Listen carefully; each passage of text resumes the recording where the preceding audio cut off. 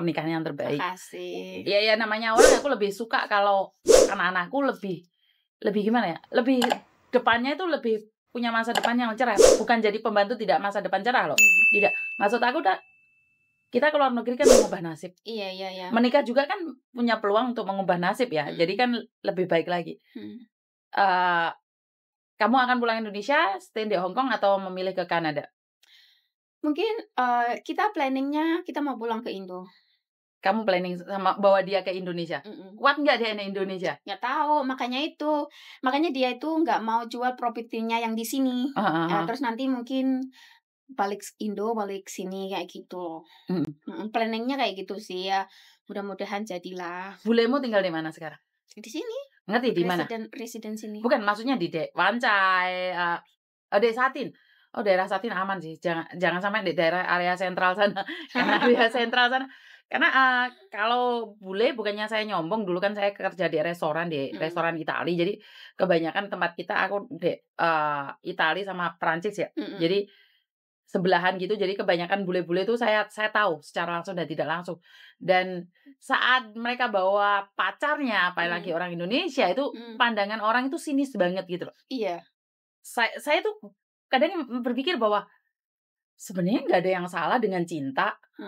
Paham nggak? Orang menyukai itu bukan karena kamu pembantu, saya majikan. Tidak. Saya rasa bukan itu. Tapi orang kan memandang. Ya, satu kesalahan. Dia dulunya pungyan, ya sekarang jadi majikan. Dalam hati, so what? Paham nggak maksudku? Iya. Whatever. Nggak ada hubungan sama kamu. Dan dia tidak ngerepotin kamu. Terus aku nanya sama dia. Terus? Aku bilang gitu. Ya enggak sih, sekarang sok-sokan aja. Lah wong kamu kenal aja bilang sok, gimana kalau dia kenal kamu? Lebih sok lagi, aku bilang gitu. Karena gini loh, orang itu selalu melihat rendah kita. Walaupun kita di atas. Emang betul itu, Cek. Saya ngelihat banyak sekali orang itu, Tima, nikah sama orang Hong Kong, papa ya, sok ah. Dia aja nggak sok, kamu yang sudah ngasih mantan pembantu. Paham nggak maksud aku? Dan mereka selalu bilang, kalau cowoknya nggak kere, nggak mungkin lah seleranya pembantu. Nah, yang ngomong ini siapa? Teman kita sendiri. Itu kejadian loh, Jay, sama keluargaku ya. Kan soalnya tanteku itu kan nggak suka. Soalnya dulu kan kayak gini ceritanya. Aku kan pulang Indo, kan dia bilang kan, ya udah babe, kamu kalau mau pulang Indo, kamu pulang Indo dulu, bikin rumah dulu. Jangan kamu balik ke sini sebelum rumahnya jadi. Kayak gitu kan. Oke. Terus kan waktu itu aku nyari majikan tuh susah banget loh, bener. Soalnya tuh nyari yang bisa bahasa Inggris itu susah banget. Nanti itu anaknya cocok, terus di rumah ada neneknya nggak bisa bahasa Inggris, jadi neneknya nggak maunya yang Kantonis kayak gitu. Gagal lagi. Terus ya udah kalau kayak gitu ya udah kamu pulang dulu. Aku hampir setahun lebih di Indonesia. Terus tanteku tuh bilang kayak gini, sakit banget sih. Nggak mungkin lah kalau itu Bulemu. cowoknya mau ngasih duit, mau ngidupin dia, orang dianya aja masih di Hong Kong, terus ceweknya ada di Indo, nggak mungkin. Paling-paling dia di sini loh, dia udah nyari punya lagi, kayak gitu. Sakit banget loh, saudaraku sendiri loh, saya bilang kayak gitu. Terus aku bilang kayak gini, kamu beneran mau bikin rumah buat aku? Aku bilang kayak gitu. Ya beneran lah, emangnya aku pernah bohong sama kamu kayak gitu kan. Terus udah bilang kayak gitu, emang tanahnya udah siap? Udah, kamu tinggal ngirimin duit aja buat beli bangunan. Aku bilang kayak gitu kan. Oke. Terus habis itu kan dulu aku kan nggak punya KTP loh. Oke. Dulu kan kalau di Western Union itu harus ada KTP. Hmm. Jadinya tuh dia ngirimnya atas nama ibuku. Jadi seminggu 2 kali itu pasti dia ngirimin duit buat yang bikin rumah itu. Berapa banyak totalnya dia ngirim? Totalnya itu ada 60, 50. Totalnya berapa? Totalnya 500, 300 juta? Lebih sih. 500 juta lebih. Oke. Terus udah gitu kan, aku udah beli itu semuanya, terus dibikin kan. Terus jadinya dia diem. Dulu emang waktu masih miskin itu yo. Sebentar ya, saya cek telepon. Kenapa Mbak? Kenapa Mbak? Ayo. Wah, aku nggak ngelihat SMS-nya loh. Aku nggak ada loh Mbak. Pakai nomor HP-nya siapa? Oke, soalnya HP kan aku udah bilang aku nggak buka. Sebentar, tap. Di kantor. Sudah. Oh, kiriman 2 Mbak Susi, soalnya Mas Sandro ke sini Mbak Susi. Ngirim 2. Kamu ke sini sekarang aja, kamu ke sini aja lah gitu. Langsung tak cekin.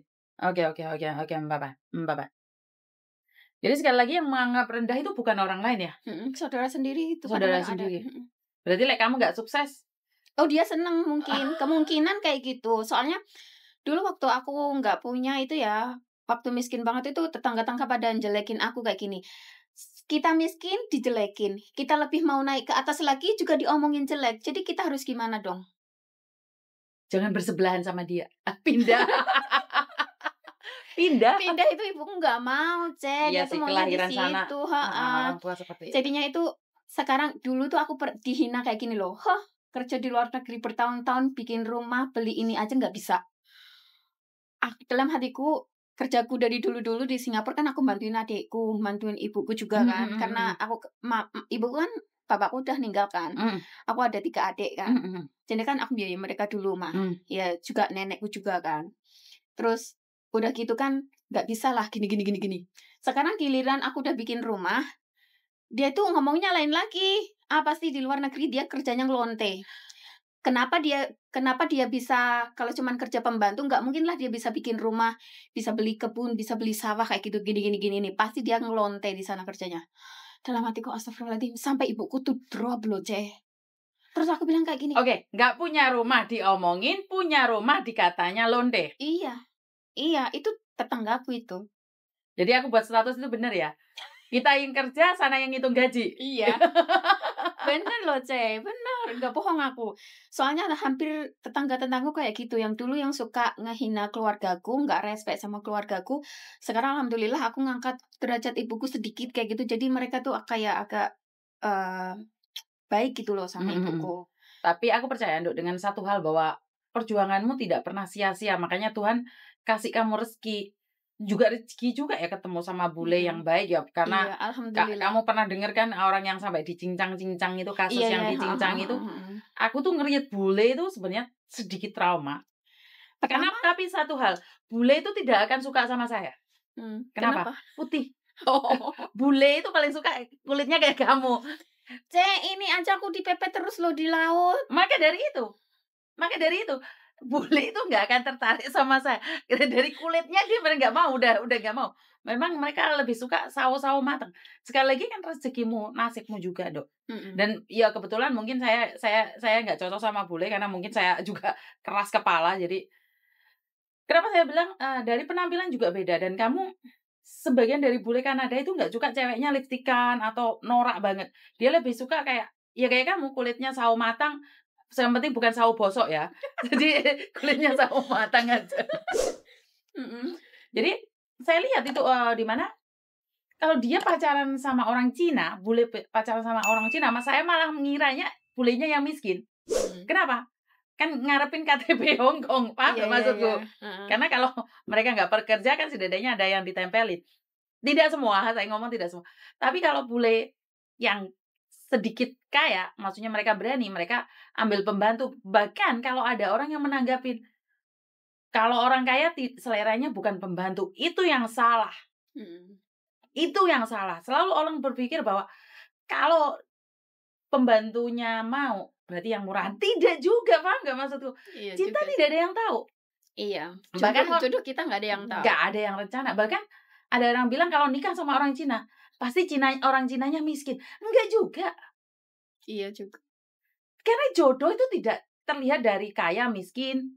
Kamu Indonesia, Cina, bule, atau Pakistan, atau Nepal, itu bukan dari situ. Jodoh Tuhan yang tulis. Iya. Kita nggak bisa menghindar. Sama kayak katanya jenengan itu loh, nasib itu nggak tertulis di kalender. Itu tidak terlihat di kalender. Itu bener banget. Kalau apes itu tertulis di kalender. Hati-hati kita nggak keluar hari itu. Kita mau apes jangan keluar dulu di rumah. Maka dari itu kan aku selalu bilang, kalau apes rezeki itu nggak ada tulisannya. Tapi kita mau berusaha, mau berdoa, mau memperjuangkan, ya kenapa enggak? Tapi kalau kamu dengar omongan orang, bojon sama bule dihapusi tok. Lah dihapusi apa nih? Iya. Kalau dibilang jadi londe, di luar sana banyak lebih parah. Bahkan sampai dipertontonkan. Iya. Paham nggak? Kadang-kadang yang sama mbak-mbak itu loh yang, yang kena garangan itu aku kasihan juga loh sebenarnya. Kamu juga perlu kasihan sama aku, Dok. Kenapa lucu nih? Oke, sebentar. Saya sempat cerai sama suami saya. Heeh. Jadi waktu itu terjadi pertengkaran karena suami saya gila judi. Jadi saya Mhm. memilih untuk sendiri dan akhirnya namanya orang janda kembang ya, masih Mhm mhm. masih umur Kinyis-kinyis 20-an, ah. masih kinyis-kinyis, Mhm. habis itu, eee, saya kenal cowok Jakarta. Kalau dibilang garangan nggak juga sih, karena kita menikah secara agama ya waktu itu ya. Mhm mhm.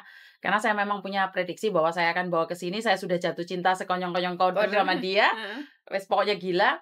Keluarganya saya bawa ke Hong Kong sini, keluarganya dia saya bawa ke Hong Kong sini, saya bawa Wow. yang ke Hong Kong. Rumahnya saya renovasi yang di Heeh. Indonesia sana. Wah iki, eee, tante-tante girang nih sana. Dan sekali lagi saya tidak suka laki-laki yang lebih muda dari saya. Kalau Mhm. tidak salah saya waktu itu umur 29. Mmm. 29 mau ke 30.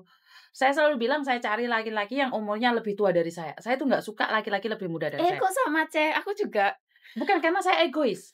Saya Oh. jadi tidak mau bertengkar. Mmm. Dan laki-laki itu mukanya memang tua. Mhm. Saya kira dia 35. Ternyata dia berondong. Dia brondong. Dari situlah saya bilang kalau udah orang cerita garangan sebenarnya saya tepuk dada tanya selera. Saya Mhm. pernah. Makanya saya nggak pernah berani komen banyak kalau tentang garangan. Iya, kasihan loh yang ditipu-tipu itu loh, sampai berjuta-juta itu loh. Saya malah puluhan juta, bahkan Ya. ratusan juta.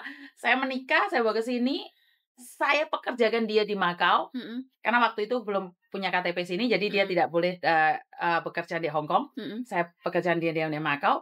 Saat bekerja di Makau, ternyata dia ngakunya single dan di gereja ngomong kalau dia itu sendiri. Oh my God. Oke, tapi aku nggak ada hitam di atas putih, aku tidak tahu, jadi nggak apa-apa. Mhm. Habis itu pembantu saya bilang, "Ah, Ibu, suamimu di sana pakai baju couple." Oh Oh, my oke God. oke oke oke. Terus Dan terus? dari situ aku tahu, akhirnya kan aku ambil keputusan, ya udah Mhm. nggak apa-apa loh. Mhm. Iya, sekali lagi kita belum menikah resmi, Mhm. kita nikah agama. Mhm. Habis itu karena kejadian seperti itu, akhirnya saya nggak mau stres, Mhm. saya punya uang, saya prinsip saya, biarinlah dia selingkuh, kenapa saya tidak. Tapi saya waktu itu tidak berpikir untuk selingkuh. Nah, saya sering ke Jepang, sering ke Korea. Mhm. Jadi dia di sana selingkuh, saya Sendiri. menghibur diri saya sendiri Mhm. ke negara lain.